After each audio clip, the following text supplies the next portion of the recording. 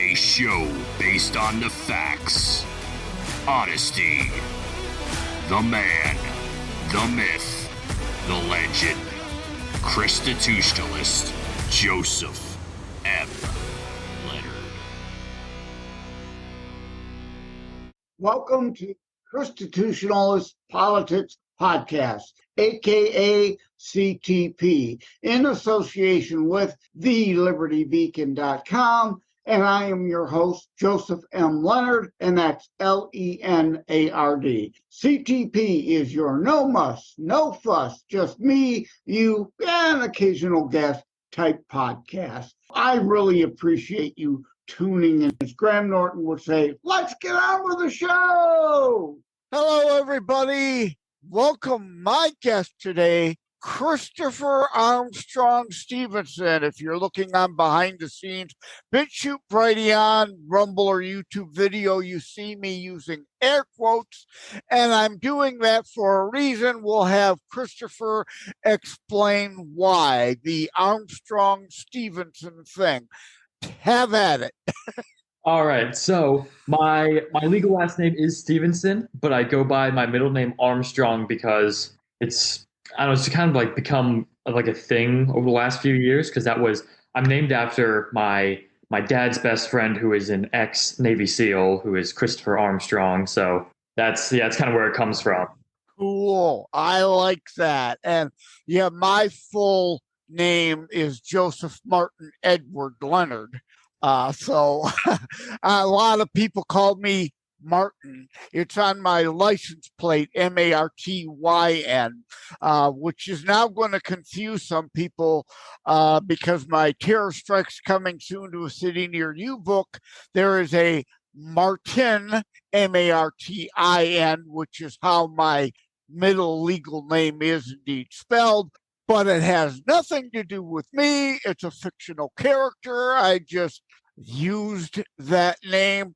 But now that everybody's thoroughly confused, let's have you give us your background. All right, so, well, I'm 18 years old. I live in Florida, in Daytona Beach.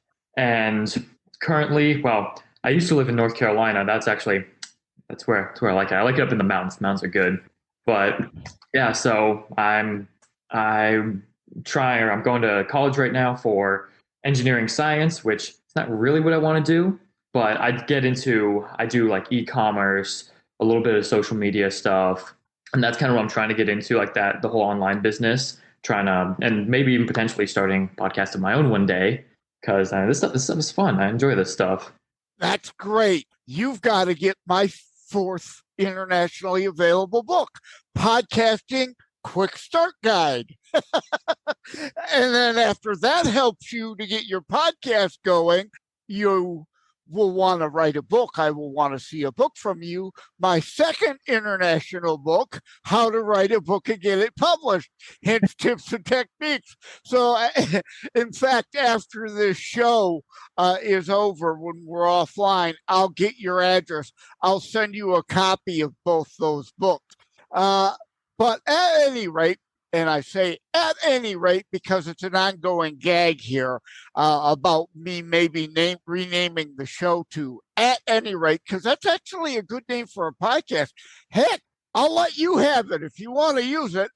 At Any Rate is a great podcast name, and I jokingly keep saying it over and over and over during this show now.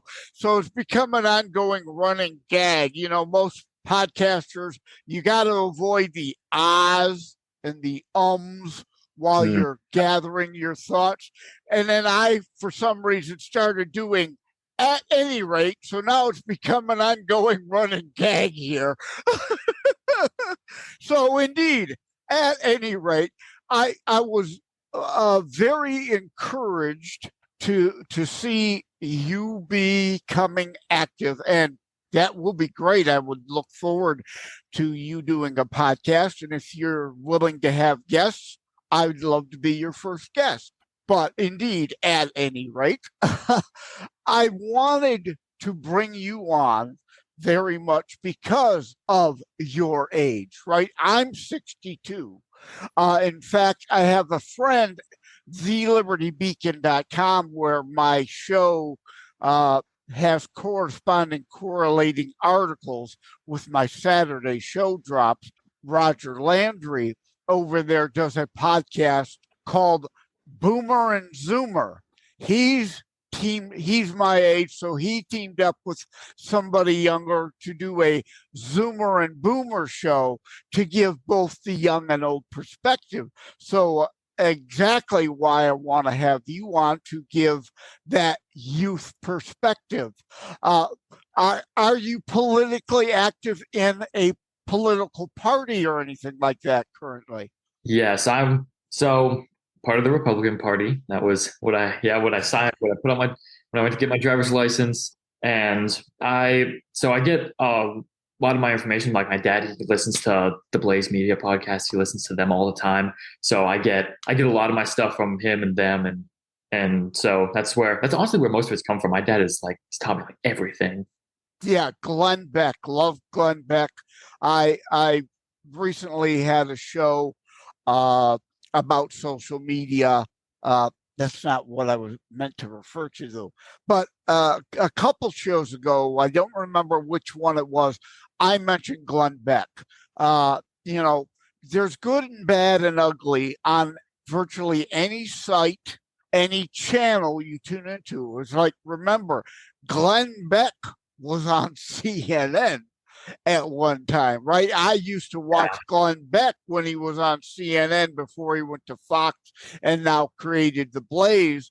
I used to watch him on CNN all the time. There's nothing worth watching there anymore, but that's a whole other episode. Because I have written on that. I mean, the media, as I hashtag it, ENEME, and then lowercase DIA. They are left biased media.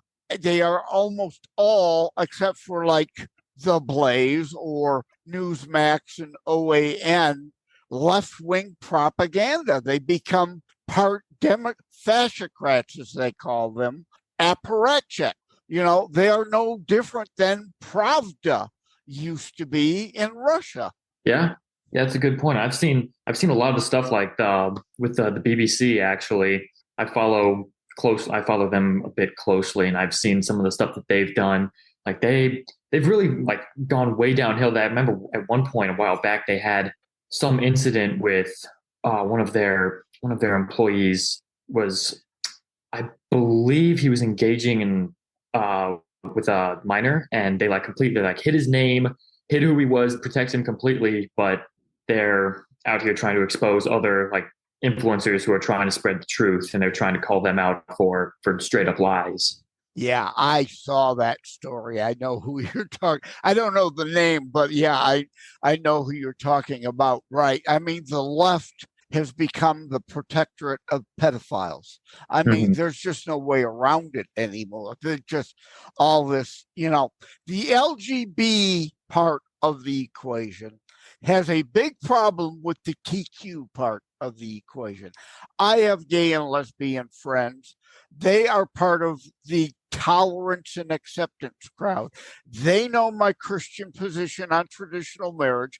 They also know that I was willing to support civil unions to give them legal protections, but not destroy traditional marriage. We are great friends. We understand where each other comes from. And I abide by Matthew 7. Condemn not, lest ye be condemned. I don't condone your lifestyle. They understand that, but I am not going to condemn you. That is for the Lord. Final judgment is for the Lord. But they are in that LGB part, indeed, not fond of the TQ part. That is indeed what I coined also terms gaytivists, engaging in gaytivism. They are about pedophilia and grooming and recruitment, not the born this way tolerance and acceptance of the past. They literally want to recruit people into the lifestyle. Big difference between the two, right? The log cabin Republican, no problem with them whatsoever. Plenty of gays and lesbians I know are Republicans. No problem. This is not about being homophobic. I'm sure you feel probably the same.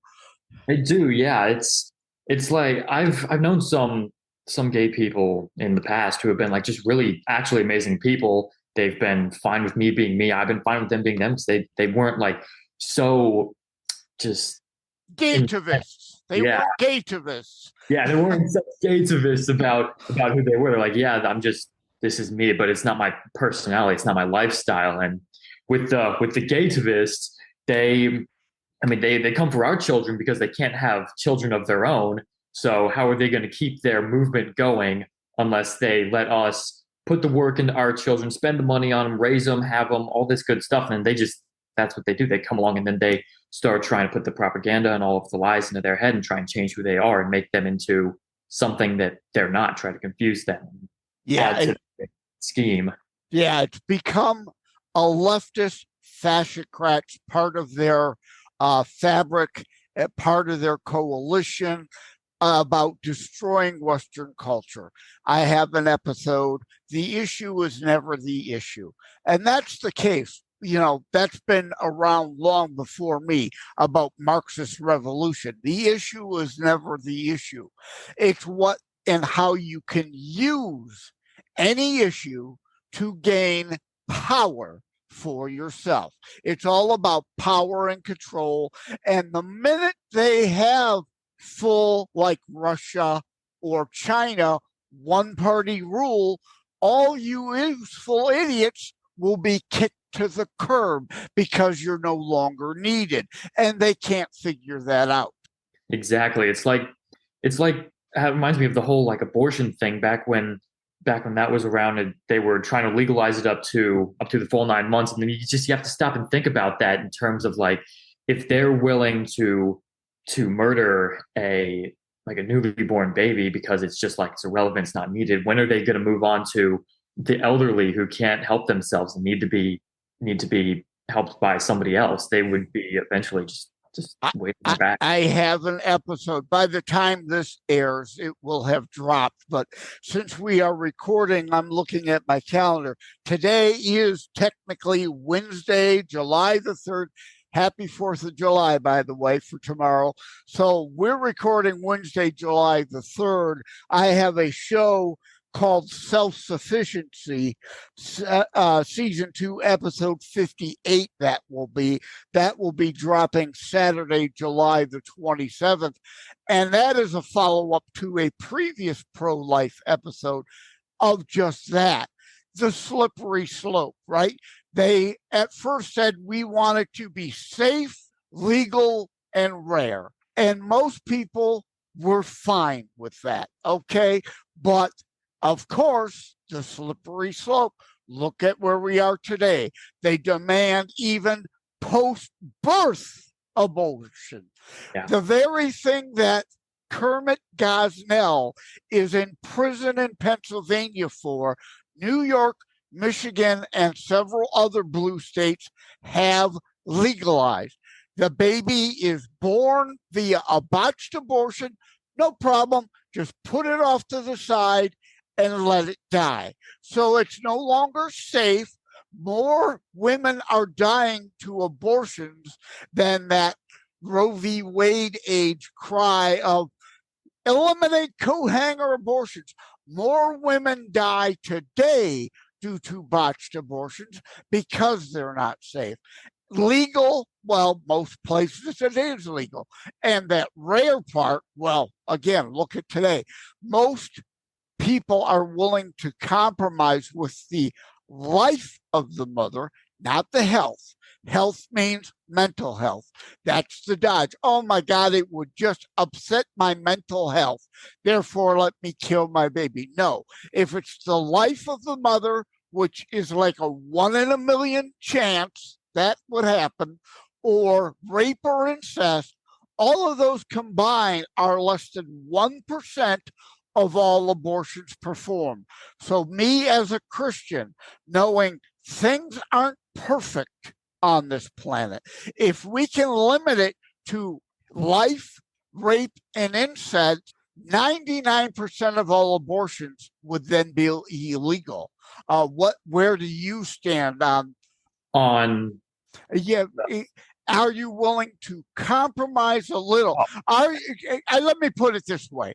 I give it an L in that self-sufficiency. Again, yeah, because Ed Kroll brought up on the previous Life episode about the eugenics. That's the next step, as you alluded to. Obamacare, socialized medicine, always about rationing. Well, we can give you a $20 fentanyl pill to end your life because we're not going to give you the $20,000 hip surgery. But yeah, an EMT or a cop comes upon a river that there are 4 children drowning, 1 at 9 o'clock, 1 at noon, 2 at 3 o'clock. What do? You save as many lives as you can, right? You don't say, well, I can't save all 4, so I'm not going to save any of them. That is just stupid. You go in after the 2 you can save, right? Yeah, and with that, yeah, with the whole compromising thing, I don't compromise with that kind of stuff because I just, it's absolutely abhorrent that people would do that in the first place. But I mean, the slippery slope is genuinely, I don't know how people haven't caught on more to that's how the way the world works. But we have to keep a strict and tight system and not be willing to make these sorts of sacrifices and kind of like, oh, it's just once. It's like with a cigarette, just take one. And then next thing you know, lung cancer. Yeah. And yeah. So well, that's the existential trap for us as Christians. We want to be 100% pro-life all of the time. But like here in Michigan, we had a law on the book from ages ago that made abortion of any kind at any time for any reason completely illegal.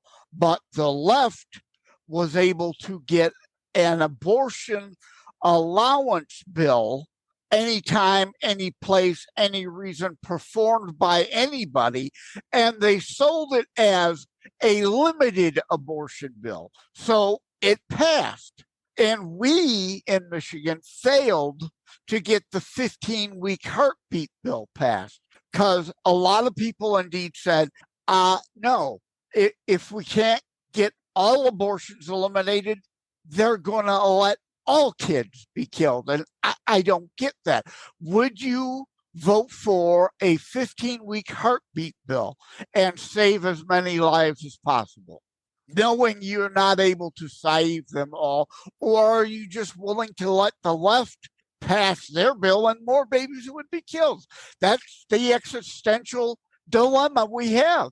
Yeah, it's amazing. It's like horribly amazing. But yeah, no, I can't begin to think of compromising that stuff because with the stuff that I believe, with who I am, with how I was raised, I'm firm in what I believe. Now, there's certain things in my mind can be changed on, of course, but when it comes to certain things like abortion, it's disgusting. Honestly, I wouldn't even if I were to get myself into some kind of situation like that, which I wouldn't, but if I were to, then I mean, it's all about making you feel like, oh, I feel like I want the easy way out here. So that would be easier and better, but it's not about easy. It's not about how you feel. It's about doing what's right. It's about doing what's best for what would Jesus do, that kind of a thing. Yeah. Well, I didn't mean to turn this whole show into about abortion, but another kind of dilemma is there are a lot of Christians. Well, I don't know if it's a lot. I don't know what the percentage is. I might try to look that up at some point. Actually oppose birth control. Now, I absolutely certainly oppose the morning after pill that the conception has already occurred. But if there's a contraception pill that can prevent the fertilization and therefore that spark of life, then that to me is an alternative to promote, because abortion is unnecessary if you pay attention and take contraception methods, or a condom. You take precautions before before the term they use, reproductive rights, right? That's a farce. If you take precautions to prevent the conception, reproduction doesn't happen. Once the conception occurs, your reproductive rights are over. That's happened. But if you take contraception, there's no need for the abortion. But they want to kill babies as 6-week, 10-week, 6-month-old babies as a form of birth control instead. Where do you stand on the contraception thing?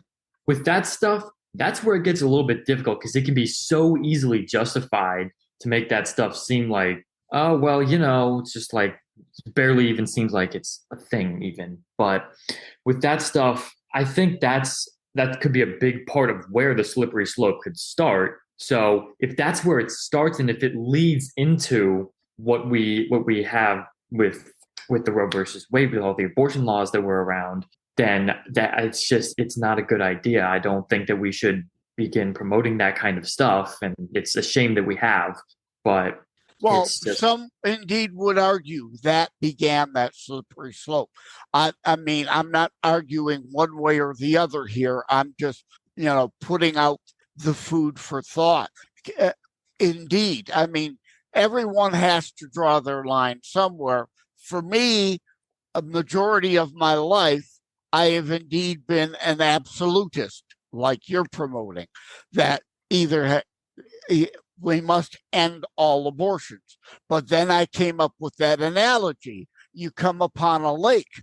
If you were a cop and you decide to not go in that lake to save the 2 because you can't save all 4, I would want you prosecuted for dereliction of duty. So that's where I come from today, but indeed why I wanted you on, to give the young versus older perspective, because I am seeing this. I'm part of Upper Downriver, Michigan Right to Life here, and there was just an oratory contest where we have high schoolers come and speak about their pro-life position and why. And we are indeed seeing a generational shift. In fact, I've done a show on that. Let the left keep pushing. A generational shift is occurring. Younger people are becoming far more staunch conservatives than I was when I was younger. I'm moderating a bit, but our younger people have been pushed. The pendulum is swinging. Are you seeing that among your peers, that indeed more, despite the leftist attempt at indoctrination, more people your age are indeed being conservative and, or as I coin now, ChristiTutionalists? Stay with us. We'll be right back. Hi, my name is Ed Bondarenka, and I host Your American Heritage on Saturdays at 2 in the afternoon on this station. Your American Heritage is a show about the struggle we find ourselves in and how to react to it in the light of our biblical and American heritage. Listen to it while you're working around the house, the garage, cleaning the guns, walking the dog, driving, or just lazing around. Join me at 2 o'clock Saturdays here on Wham Radio, 1600 AM, 92.7 FM. God bless America.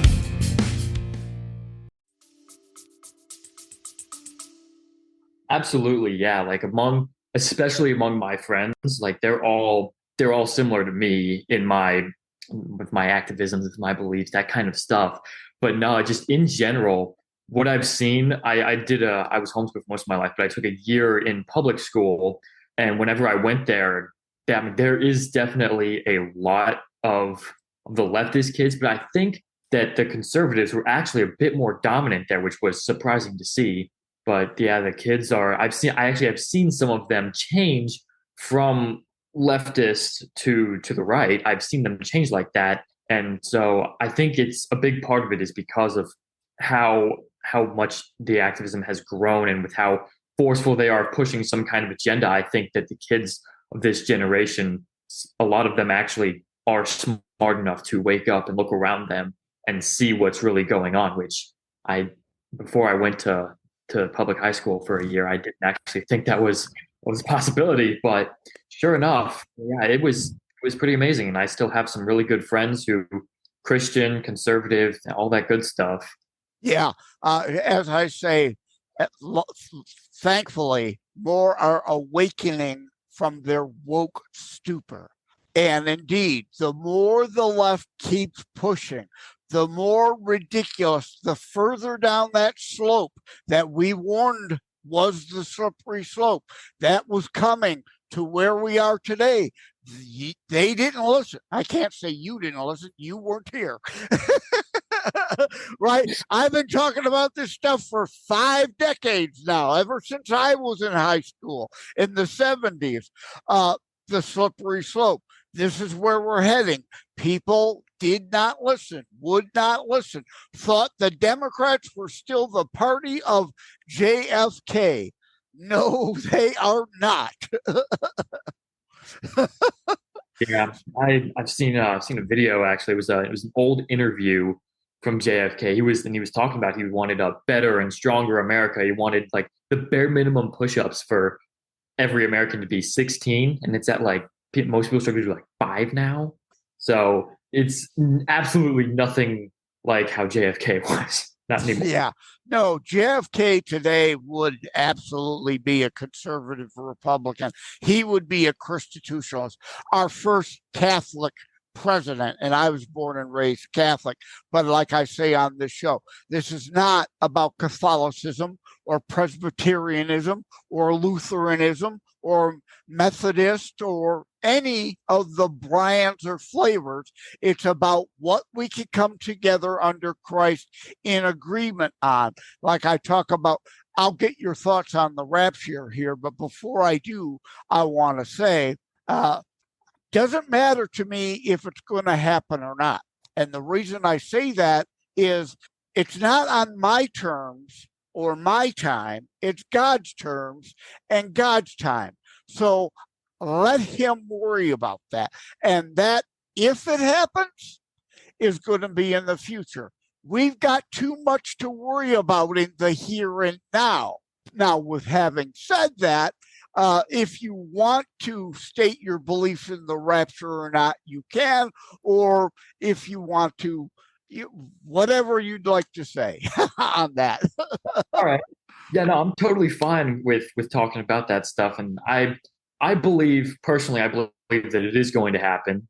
And my church preaches about it a lot. So I get to hear a lot of scriptures about it and like prophecies coming true and all the ins and outs about it. But no, I think I hear that there people are talking about it's going to happen soon, and a lot of the prophecies have been fulfilled. But personally, I mean, I can't confirm or deny whatever God's planning. All I know is that, well, I know where I'm going when I die, so it's all the same to me whether it happens. Yeah, but what worries me is if Christians, like my book, Terror Strikes Coming Soon to a City Near You, there's a Tokyo chapter. It's not just about Islamic radicals. It's about all terrorism.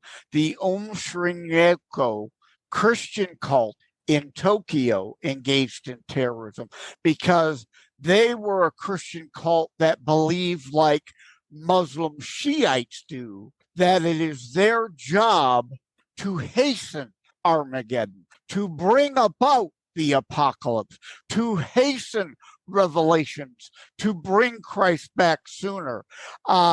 What is your thing? I just dropped a piece today. Again, we're recording Wednesday, July the 3rd on beforeitsnews.com. In the news, things you may not have heard that are important. And the opening line is the end nigh? And immediately below that is an image of the book of Revelation. So yeah, is it tomorrow? Is it next week, next month, next year, next decade, or next century? Again, that is God's time to know, not ours. So you're not of that camp that thinks we should hasten Armageddon. No, definitely not. Because at the end of the day, you're absolutely right. It is God's time, and God, and only God the Father knows when it's going to happen. So us trying to take matters into our own hands and do it ourselves, it doesn't seem like a very good idea, especially with how the way that the Islamic people are doing it, because blowing up buildings, killing Jews, all the stuff that they do over in the Middle East. There was a guy who was sentenced to death in Pakistan recently for spreading hateful content, and yeah, it's just become a mess. But I don't know. They call themselves the religion of peace, and seems to be anything but. Now, my book, Terror Strikes, Coming Soon to a City Near You, goes into this. We're not talking all Muslims, right? Dr. Zuhdi Jasser wrote a book called Reform, The Battle for the Soul of Islam, and he's running in Arizona for Congress as a Republican. I fully support him. I was on a Black Muslim female show discussing my book. She gets it. Of course, people try to call me Islamophobic, but obviously they've not read the book. We're not talking all Muslims here, but look at history. It is said that only 7 to 10% of Germans, and I'm of German heritage, our family escaped World War I times, so weren't there for World War II. I no doubt there might have been some family left. I have no idea where they were and things, but 7 to 10% only Germans were Nazis. And look how that turned out. So if only 10% of Muslims are Gijas, as I call them, global Islamic jihadist interim army soldiers, if only 10% of Muslims are Gijas, that's a problem. There is a problem. The world is on fire because of it. But again, Terror Strikes not only about Islamic terror, about all terrorism. Again, went out of my way to make that point. The Om Shinryoku Christian cult who believe, like Shia Muslims, that doing evil deeds was okay because it might hasten the return of Christ. And nowhere of anything I've seen Christ say did he say that we should do that. So I'm with you. It's not proper. It's not right. It's not smart. We are to write 2 Chronicles 7:14. I'll get your reaction on that. Pray and turn from wicked ways. I shall hear and heal your land. Well, pray, I got to show, is prayer alone enough? No, it's not. And turn from your wicked ways. It says right there in that passage, we are to try to turn our nation from its wicked ways. We are to act, not just pray. We must act, and then God will help. Not wave a magic wand. We do, he will help. Your thoughts?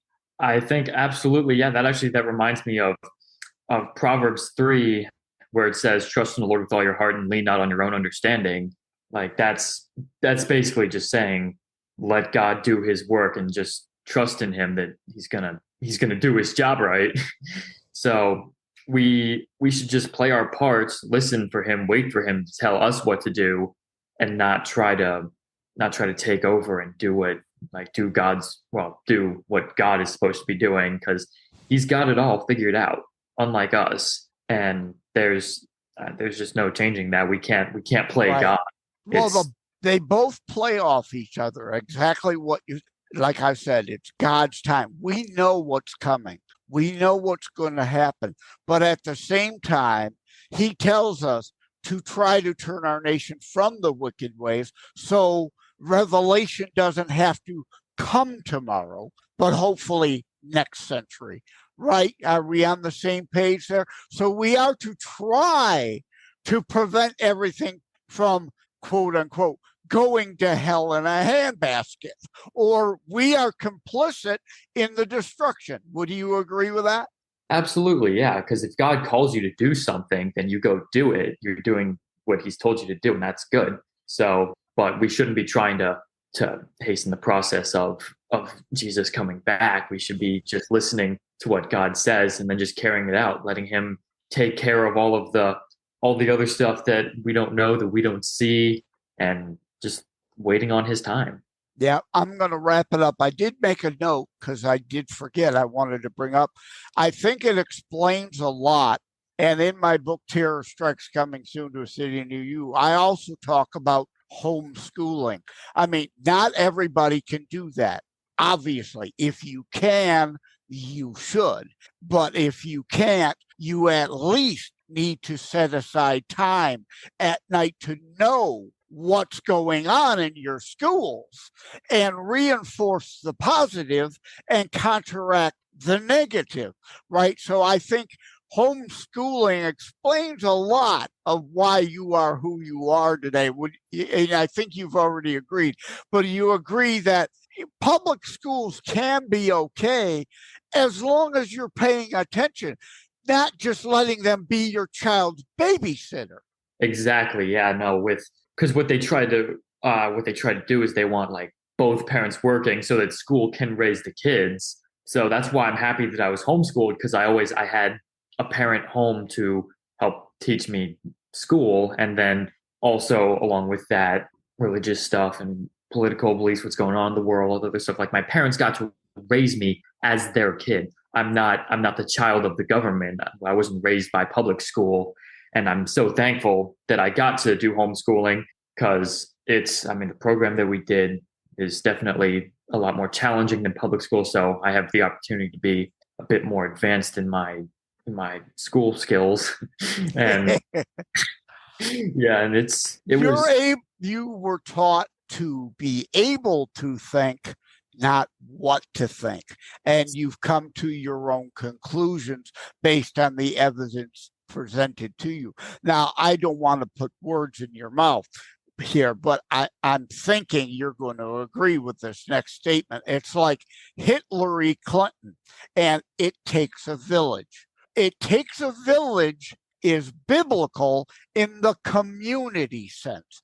Community is biblical volunteerism. It is biblical charity to be our brother's keeper. Hillary's it takes a village is Nazism, wards of the state, separation from church to state, not separation of church to state, as Jefferson wrote about in his letters. It's not in our founding documents.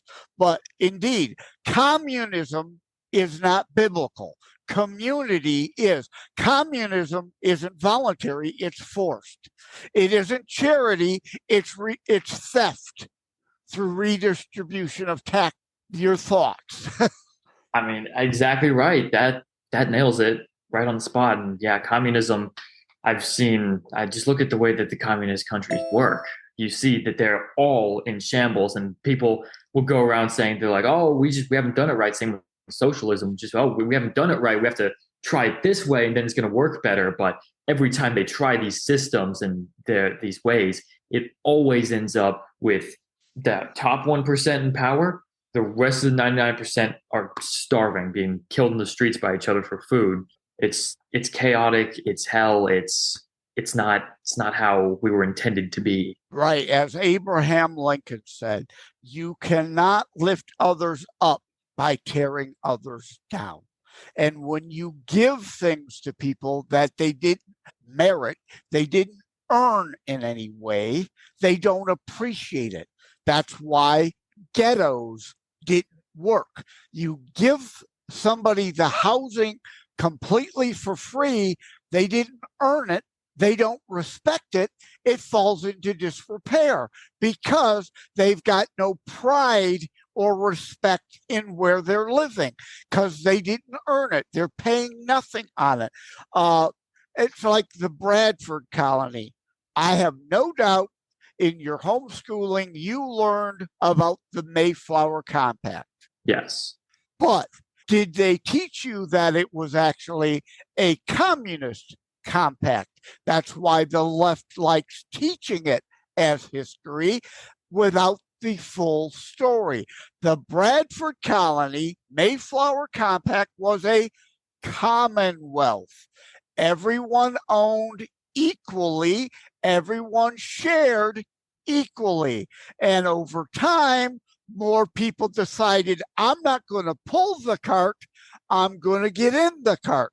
The same failing of socialism and communism everywhere. So you didn't have to learn socialism and communism was a failure due to Marx, Lenin, Mao, Stalin, Che, Castro, what's going on in Venezuela now.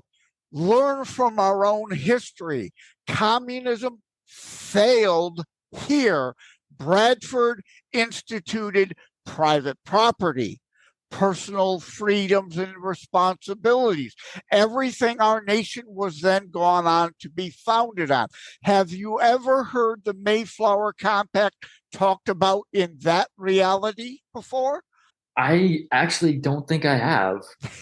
It's been a while, but no, I don't recall that. But it makes sense now that, as Paul Harvey would say, hearing the rest of the story matters. Yeah, that's absolutely right. And I like what you said about how, like, if you're just given housing or something, if you haven't earned it, if you haven't worked for it, that it just all falls apart. I really like that because it's so true. I know for a fact that certain things that my parents have given me while growing up, I don't have the same respect for it as I do the things that I like buy everything for myself. I do everything for myself pretty much. And I take care of the things that I've worked for. And it's a big part of the problem here is that nobody wants to work. They're just waiting on a stimulus check. They're waiting on somebody else to go do the work for them. And so that's a big part of why we have fallen apart as a country. Amen, and thank you for that admission. This is the importance of having the younger-older perspective. That's why so many younger people are communists, because they haven't bought a house. They haven't bought a car. They have things given to them because they are children and their parents are taking care of them. And as they get older, they think, why can't government be my mommy and daddy and I not have to work for anything? And it doesn't work. It's exactly right.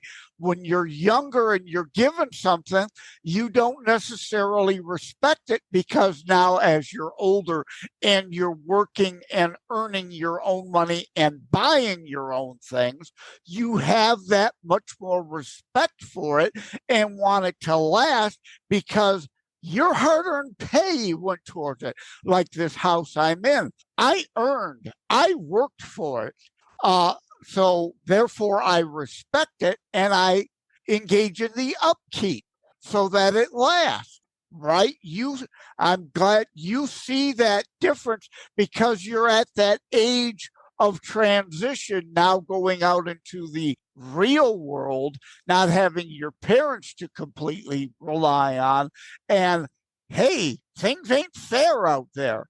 Yeah, no, definitely not. But I feel like a lot of people have a hard time making that transition from being a kid into adulthood, especially with how reliant we are, wanting the government to be mommy and daddy, like you said. And I've never understood that, because I enjoy working for what I want. Yeah, I hate to interrupt you here, but and what I'm about to say is going to be controversial and it's going to upset a lot of people. Please hang in here with me. Don't have an immediate knee-jerk emotional hysterical reaction, right? We got to use our brain. That's on the right. We are supposed to be thinkers and use our brains. The notion work sets you free, again, is a biblical concept. The Nazis, however, put it over their concentration camps. That wasn't work. That was slavery. Work sets you free. That's not slavery.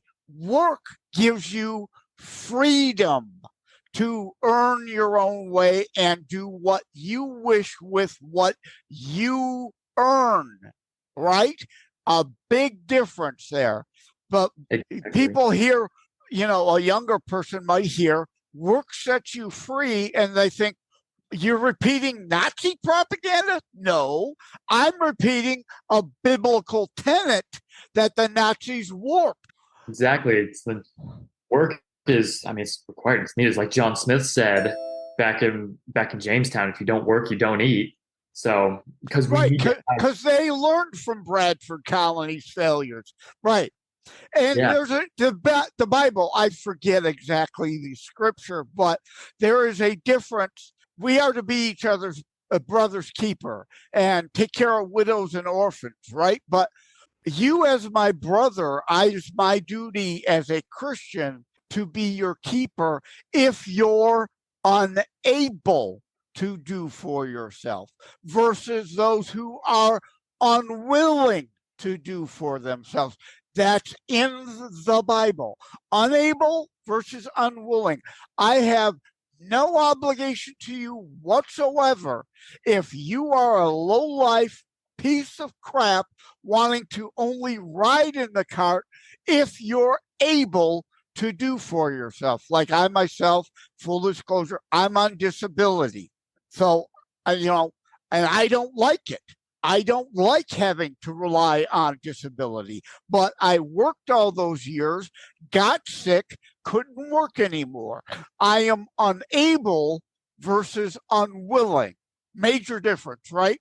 Yes, absolutely. That is a huge difference, and nobody really seems to understand that anymore because nobody wants to work. With me personally, I think I would rather starve to death working my butt off trying to make something of myself rather than sitting on the couch saying, oh, government, you get to own me. You get to run my life. Just pay my bills and feed me.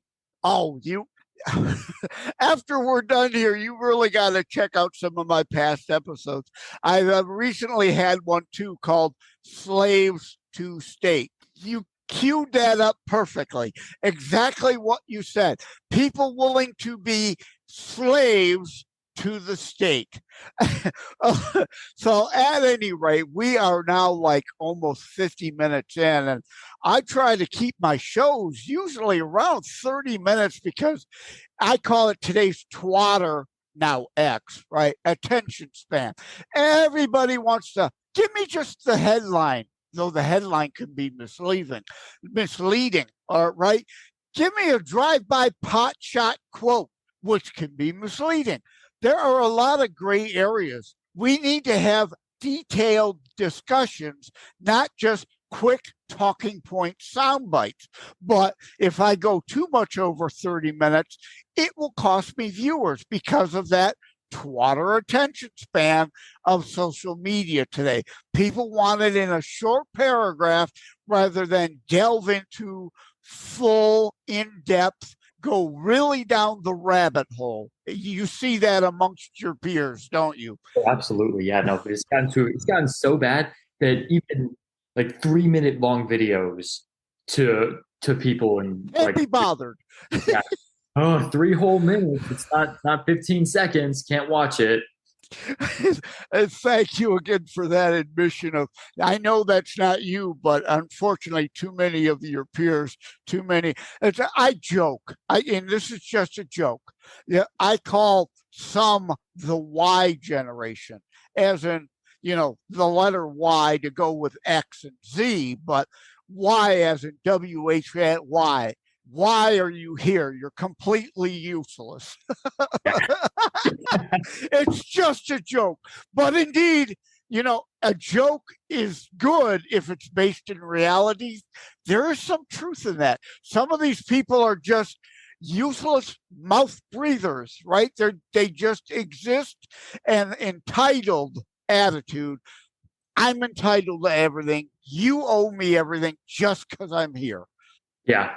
No, that is so very true, and I'm certainly happy that my parents spanked me as a child because I thank you, another great admission. Amen. Right? Spoil the rod, spare the rod, spoil the child, right? You know, spanking to the point of upset, I can't talk now. You know, too many times for like no reasons at all, bad parenting. But yes, physical discipline has to come into play at times to get a point across. Some parents don't do it at all, and that's bad. Some parents do too much of it, and that's abusive. There's, again, what did I say about gray areas? We could have a whole hour discussion on spanking alone, right? So, so with that, I'll just say thank you, Christopher Armstrong Stevenson, for joining the ChristiTutionalist Politics. If people want to reach out to you, do you have a website, or you on Twitter, X, or Fascist Book, or Instagram? I am on Instagram. My user is at Armstrong American. Okay, I'm writing that down, at Armstrong American. I will add that into the show notes so people can find you and reach out. Thanks again for coming on. Take care. God bless. Have a great day. You too. Thank you for having me. Thank you for having tuned in for ChristiTutionalist Politics Show. If you haven't already, please check out my primary internationally available book, Terror Strikes, coming soon to a city near you. Available anywhere books are sold. If you have locally run bookstores still near you, they can order it for you, or autographed copies are available online direct from me via terrorstrikes.info/shop. Be sure to check out more about today's discussion at thelibertybeacon.com, where my articles drop every Saturday. And let me remind, over time, the fancy high production items will come. But for now, for starters, it's just you as a very appreciated listener by me. All substance, no fluff, no fancy high production intro or insert, at least yet, just straight to key discussion points. A show that looks at a variety of topics, mostly politics, through a Christian U.S. constitutionalist lens. So again, thank you from the bottom of my heart. Take care. God bless. Like and subscribe to ChristiTutionalist Politics Podcast and share episodes. We need your help to grow the show. I am Joseph M. Leonard, the host of ChristiTutionalist Politics Podcast. Hoping you will tune in every weekend. Also hoping you will watch for the companion ChristiTutionalist Politics book, Politics from a Christian-based U.S. constitutionalist perspective. Thank you all. Take care. God bless. It is a myth that terrorism stopped during COVID. Unfortunately, mainstream media opted to prioritize pandemic hysteria over promoting all news. Terrorism continues. Simply hoping that it doesn't affect you is not a strategy. The new book, Terror Strikes, coming soon to a city near you, featured on The Author Show, is now available in paperback from bookstores, online, or as an ebook exclusively through Amazon Kindle. Terror Strikes, coming soon to a city near you by Joseph M. Leonard. Order today.